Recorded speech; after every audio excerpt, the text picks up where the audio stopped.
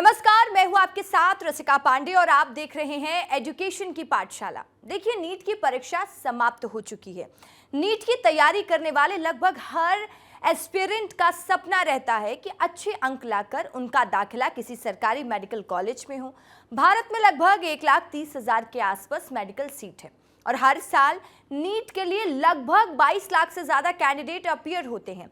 ऐसे में कई छात्रों का अच्छे अंक ना ला पाने के कारण डॉक्टर बनने का सपना टूट जाता है। लेकिन सवाल यही है कि क्या सिर्फ परीक्षा के अंक आपके सपनों की उड़ान तय करेंगे? बिल्कुल नहीं। अगर आपके नीट में अच्छे अंक नहीं आते हैं तो घबराइए मत। विदेशों में कई ऐसे मेडिकल कॉलेज हैं जहां से आप आरामदायक और उत्तम किस्म की मेडिसिन शिक्षा ग्रहण कर सकते हैं और एक अच्छे डॉक्टर बनने का सपना भी पूरा कर सकते हैं। आज हमारे साथ स्टूडियो में मौजूद हैं डॉक्टर प्रशांत जो हैं वो Kyrgyzstan admission centre and gateway of global education के फाउंडर हैं, डायरेक्टर हैं। सबसे पहले तो आपका बहुत बहुत स्वागत है, जिन्होंने कई ऐसे मेडिकल स्टूडेंट्स को मार्गदर्शन दिया है जो कि नीट में अच्छे अंक ना ला पाने के बावजूद विदेशों से पढ़ाई करके अच्छे डॉक्टर बने हैं। सर, बहुत बहुत स्वागत है आपका विस्तार न्यूज़ में। मेरा पहला सवाल आपसे यही रहेगा कि एक इंस्ट्रक्टर होने के नाते आप भारत के हेल्थ सिस्टम को कैसे देखते हैं और आज उन छात्रों के लिए आप क्या कहना चाहते हैं जो नीट में अपीयर होते हैं लेकिन उनके मार्क्स अच्छे नहीं आते हैं? ओके, देखिए, भारत एक डेवलपिंग कंट्री है और इसके बावजूद भी हमारे जो भारत के चिकित्सक हैं वो वर्ल्ड वाइड बहुत अच्छा कर रहे हैं और हमारा पॉपुलेशन बहुत ज़्यादा है। इसके बावजूद जिस तरीके से कोविड के दौरान में हमने देखा है कि किस तरीके से हमारे हेल्थ वर्कर्स ने वर्क करके, डॉक्टर्स ने वर्क करके किस तरीके से इस बीमारी को हमने चुनौती दिया और उसे ख़त्म किया है, तो यही एक बहुत बड़ा एग्जाम्पल है कि हमारा हेल्थ केयर सिस्टम कितना स्ट्रॉन्ग है। और अगर मैं बात करूं ग्लोबल हेल्थ सिक्योरिटी इंडेक्स जो 195 कंट्रीज़ के होते हैं, जिसमें हम 66 रैंक पे स्टैंड करते हैं, बट हमारी कंट्री मेडिकल टूरिज़्म में बहुत अच्छा काम कर रहा है। अगर हम ग्लोबल मेडिकल टूरिज़्म इंडेक्स की बात करें तो हम 10th पोजीशन पे करेंटली स्टैंड करते हैं। ये बताइएगा सर कि 1,000 लोगों पर एक डॉक्टर होना एक स्वस्थ स्वास्थ्य प्रणाली का आंकड़ा माना जाता है, तो वर्तमान में इस आंकड़े के अनुरूप भारत में डॉक्टरों की क्या स्थिति है और आंकड़े मैच करने के लिए क्या प्रयास किए जा रहे हैं? अगर आपको सिस्टम की खासी कमी को ठीक करना हो तो क्या होंगी वो कमियां, कैसे उस नज़रिए को बदलेंगे? देखिए, अगर WHO का पैमाना देखें तो 1000:1 डॉक्टर है और हमारे अगर डेवलप्ड कंट्री में देखें जैसे कि ऑस्ट्रेलिया, जर्मनी, फ्रांस, यहाँ पे 3-4-5:1000 डॉक्टर्स का रेशियो जो है वो है। एंड अगर हम बात करें इंडिया में तो 1:815 अप्रॉक्स जो है वो डॉक्टर का रेशियो है, जिसमें हमारे लगभग अप्रॉक्सीमेटली 14 लाख एलोपैथिक डॉक्टर जो है वो रजिस्टर्ड हैं और लगभग 7.5 लाख आयुष प्रैक्टिशनर्स जो है वो रजिस्टर्ड हैं और लगभग 40 लाख हमारे नर्सेस हैं जो भारत के अंदर में करेंटली रजिस्टर्ड हैं और वो यहाँ पे सेवा दे सकते हैं। सो WHO के नॉर्म्स के अकॉर्डिंग तो हमारा कंट्री जो है वो बहुत अच्छा परफॉर्म कर रहा है बट हम जानते हैं कि भारत के अंदर में 70%, लगभग 70% की आबादी जो है वो गांव में रहता है और 30% की आबादी जो है वो हमारे शहर में रहता है। तो यहाँ पे चौंकाने वाला आंकड़ा ये है कि अगर हम रूरल क्षेत्र में देखें तो ये रेशियो 1:11,000 समथिंग जो है वो आंकड़ा रहता है। मीन्स हमारा गांव है, ग्रामीण क्षेत्र है, वो आज भी हेल्थ केयर सिस्टम से जूझ रहे हैं। और अगर मैं इन बदलाव की बात करूं या रीजंस की बात करूं तो जैसे कि कोई भी एक पर्सन डॉक्टर बनता है तो वो चाहता है कि अपने आने वाले भविष्य के लिए अच्छा नींव का निर्माण करे, अपने जो पेरेंट्स हैं उनके लिए एक अच्छा सुविधाजनक जगह जो है वो दे सके। तो गांव के अंदर में अभी भी देखें तो अभी अच्छे से हमारे पास में एजुकेशन सिस्टम नहीं है, हेल्थ केयर जी। सिस्टम नहीं है। बिल्कुल, आपने बताया कि क्या सिस्टम नहीं है और किस तरीके से उसके बेहतरी के लिए काम हो रहा है।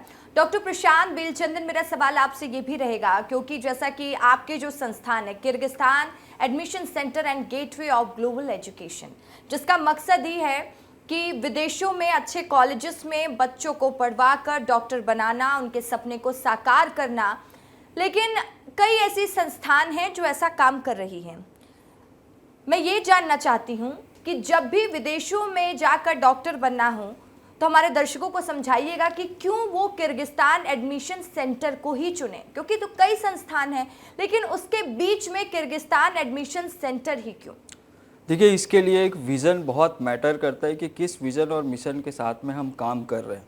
चूँकि मैं भी एक फॉरेन ग्रेजुएट रहा हूँ और उस दौरान मैंने देखा कि कितने सारी चुनौतियों से एक स्टूडेंट को गुजरना पड़ता है, और उस समय मैंने ठाना कि एटलीस्ट जो प्रॉब्लम इस समय में हमें हो रहा है या मैं जो देख रहा हूँ स्टूडेंट के साथ में हो रहा है, तो मैंने ये ऑर्गेनाइजेशन की शुरुआत ही इसलिए किया कि आने वाले भविष्य में जो बच्चे हैं जो फॉरेन में आके अपना MBBS का पढ़ाई करना चाहते हैं, उनको ये सब तकलीफ़ें, ये सब प्रॉब्लम्स जो है वो ना फेस करना पड़े।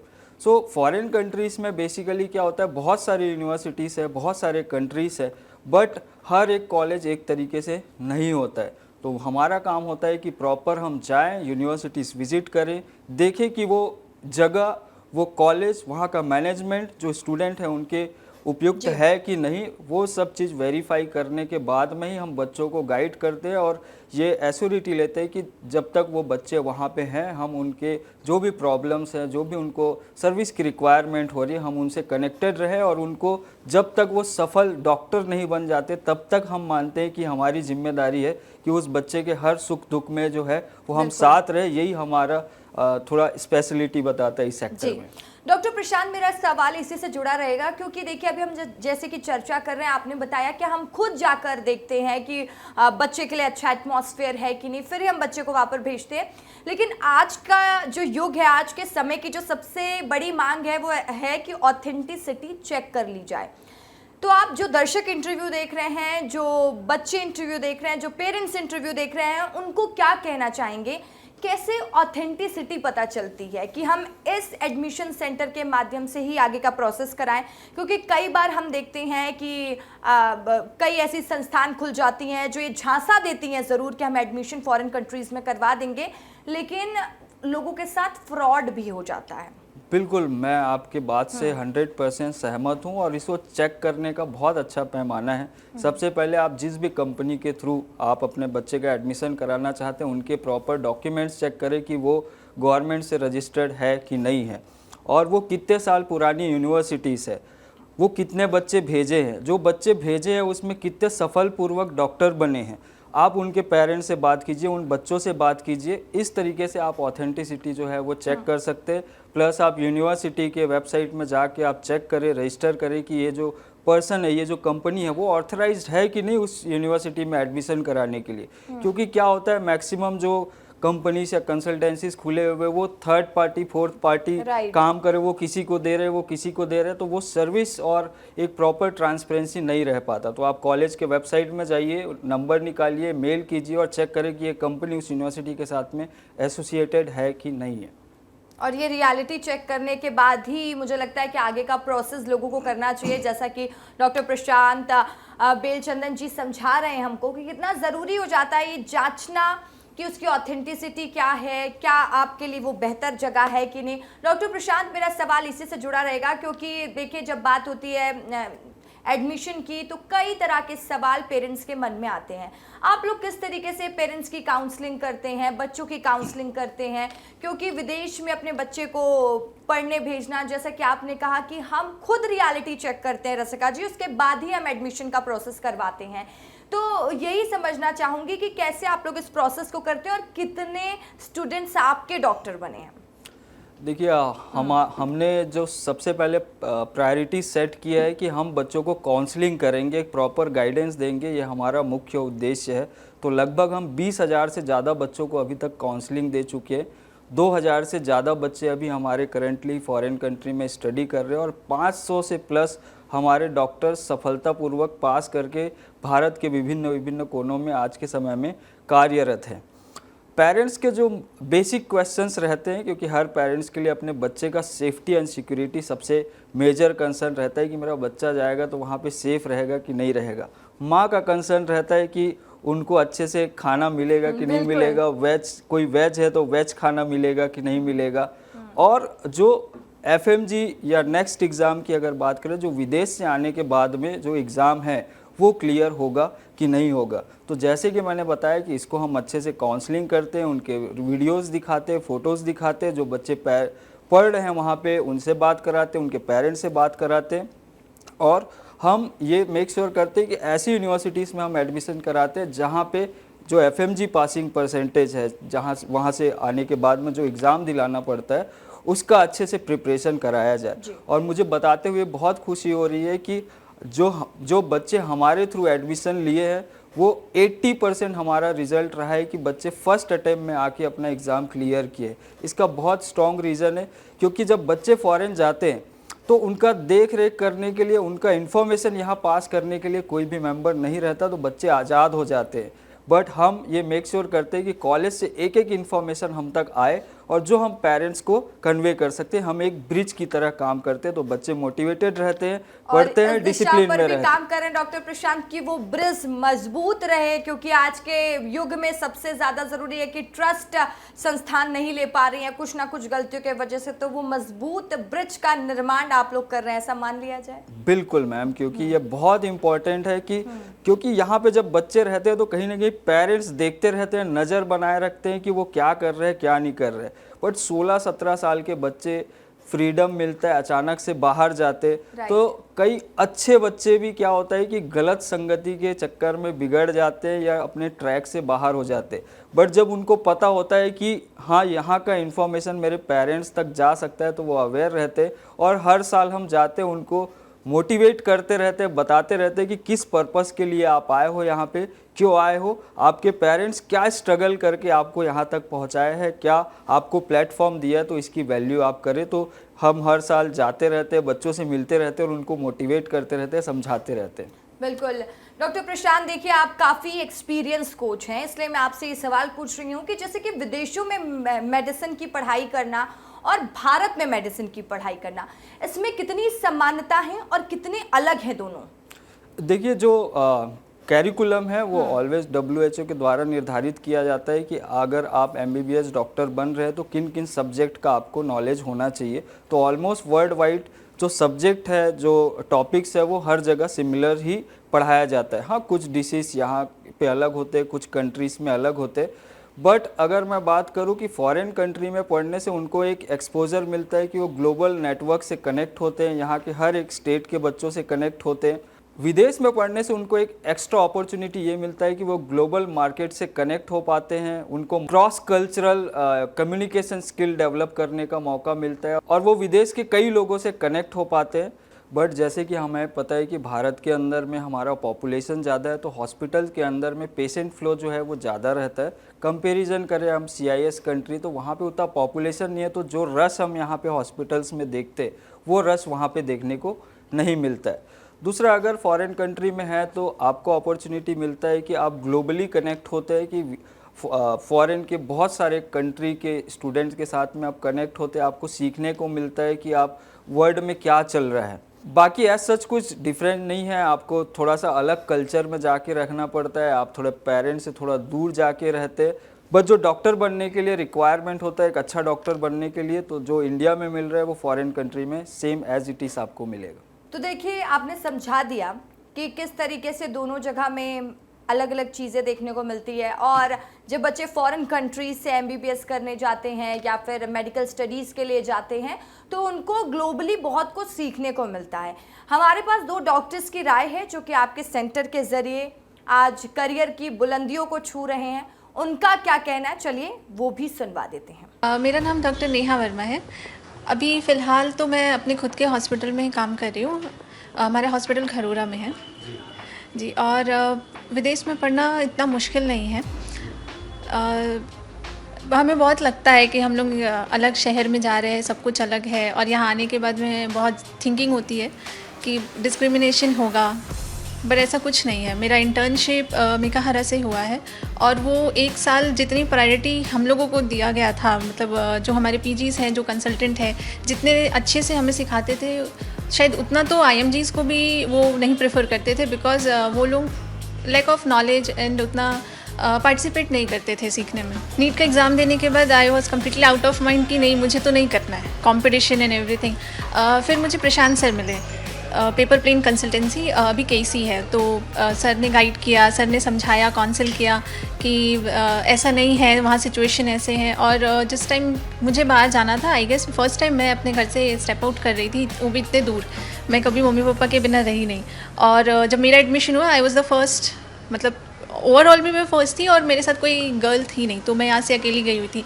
बट कंसल्टेंसी ने, प्रशांत सर ने पूरा गाइडलाइन किया, सर वहाँ साथ में गए, सर ने वहाँ पे पूरा अरेंजमेंट देखा। एंड फर्स्ट ईयर में तो मेरा बहुत ज़्यादा ही तबीयत ख़राब हुआ था, तो हमारी कंसल्टेंसी ने तो प्रॉपर मेरा हेल्प किया, चेकअप करवाया, सब कुछ A to Z। मेरा डॉक्टर डूमन लाल साहू है, और मैं अभी CMO महासमुंद मेडिकल कॉलेज में गवर्नमेंट में हूँ मैं अभी। और मैं अपना पढ़ाई जो है Jalalabad state medical university Kyrgyzstan से किया था, डॉक्टर प्रसाद बेलचंदन के थ्रू मैं गया था। तो अच्छा रहा मेरा अनुभव वहाँ का, और मैं सक्सेसफुल हूँ, अभी खुश हूँ अपनी ज़िंदगी में। तो डॉक्टर प्रशांत, अब ये बताइएगा कि विदेश जाकर मेडिसिन की पढ़ाई करने की जब बात आती है, तो शुरुआती दौर में किस तरीके से जो नए बच्चे होते हैं उनमें हिचक होती है, और ऐसे में आप लोग इस प्रॉब्लम को कैसे टैकल करते हैं? क्योंकि मुझे लगता है कि ये हर उस बच्चे का सवाल होगा जो कि विदेश में जाकर डॉक्टर बनना चाहता होगा। अब बेसिकली यहाँ पे अवेयरनेस की थोड़ी सी कमी है कि विदेश जाना मतलब एक बहुत बड़ा प्रश्न चिन्ह हमारे दिमाग में खड़े हो जाता है कि बाहर भेजना है, अपनों से दूर भेजना, ये पेरेंट्स के लिए बहुत चैलेंजिंग रहता है।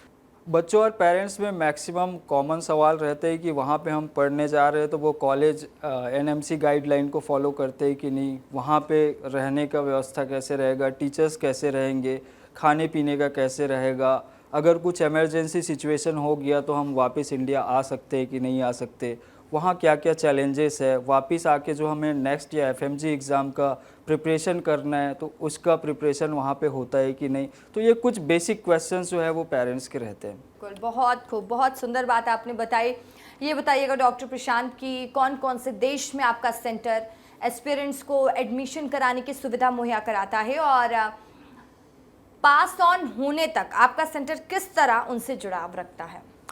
देखिए, करेंटली हम लोग Russia, Kyrgyzstan, Georgia, Uzbekistan, Kazakhstan, Nepal, इन सब कंट्रीज़ में ही मैक्सिमम बच्चे जाते हैं, और ये सभी कंट्रीज़ के लगभग 500 प्लस यूनिवर्सिटीज़ के साथ में हम डायरेक्ट एसोसिएटेड हैं और यहाँ पे हम एडमिशन्स कराते हैं।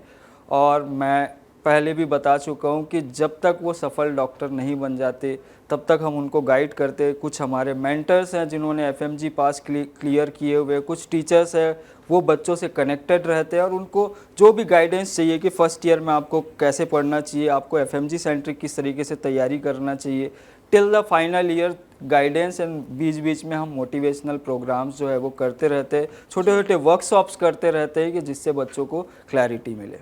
ठीक है, ये बताइए डॉक्टर प्रशांत, ये आखिरी सवाल है आपसे, जो लोग भी इस इंटरव्यू को देख रहे हैं, पेरेंट्स हो या फिर जिन्होंने नीट का एग्ज़ाम दे दिया लेकिन उनके अंक उतने अच्छे नहीं आए, तो उन लोगों को क्या मैसेज देना चाहेंगे? जो भी मेडिकल के स्टूडेंट्स हैं आपका इंटरव्यू देख रहे हैं, उनको क्या मैसेज आपकी तरफ से? देखिए, नीट अगर आप क्वालिफाई हैं तो you deserve to be a doctor, but क्या हमारे पास में इनफ सीट्स हैं कि हर एक क्वालिफाइड स्टूडेंट्स को भारत के अंदर में पढ़ने का अपॉर्चुनिटी मिले? इसका जवाब है नहीं। अगर जिनका स्कोर बहुत अच्छा आ रहा है उनको गवर्नमेंट सीट मिलता है तो वो एफर्ट करके गवर्नमेंट यूनिवर्सिटीज़ में पढ़ सकते हैं। प्राइवेट यूनिवर्सिटीज़, डीम्ड यूनिवर्सिटीज़ की फ़ीस हम जानते हैं कि वो करोड़ और करोड़ के ऊपर में जाता है, जो कि हर एक पेरेंट्स के लिए अफोर्ड कर पाना पॉसिबल नहीं है जी। और एजुकेशन बियॉन्ड बाउंड्रीज, ये हमने हमेशा से बिलीव करते आए हैं कि एजुकेशन के लिए कोई बाउंड्री नहीं है। दूसरा, हम और हाँ हमारा भारत हमेशा से ये मानते आया है कि वसुदेव कुटुंबकम, पूरा वर्ल्ड है वो एक हमारा परिवार है। तो तो एजुकेशन का कोई बाउंड्री नहीं है। If you are qualified means you are qualified to become a doctor, but आपको अपने लिए एक सही यूनिवर्सिटी चुनाव करना है, एक सही कंट्री चुनाव करना है कि जहाँ जाके आप अपने डॉक्टर बनने का सपना पूरा कर सके। इसके लिए आपको चाहिए एक अच्छा मार्गदर्शक जो आपके विज़न को, आपके मिशन को समझ सके, आपके फैमिलीज़ के फाइनेंशियल कंडीशंस को समझ सके, उनके नीड को समझ सके, उसके अकॉर्डिंग आपको बेहतर गाइड करके एक अच्छी यूनिवर्सिटीज़ में एडमिशन करा सके। सो हाँ, हम आपको ये सारे प्रोसेस में पूरी तरीके से पारदर्शिता के साथ में हेल्प करेंगे और आपको आपके सपने को पूरा करने के लिए हम पूरे तत्पर रहेंगे। बिल्कुल। तो डॉक्टर प्रशांत, बहुत बहुत शुक्रिया हमारे दर्शकों को एडवाइस देने के लिए। मुझे लगता है कि आज जो भी मेडिकल स्टूडेंट्स आपका इंटरव्यू देख रहे होंगे उनको मार्गदर्शन मिला होगा, उनके मन में हिचक, डर, अगर विदेश में मेडिकल की पढ़ाई को लेकर कोई भी हिचक रही होगी वो आज खत्म हो गई होगी। बहुत बहुत शुक्रिया डॉक्टर प्रशांत दस्तानियों से खास बातचीत करने के लिए।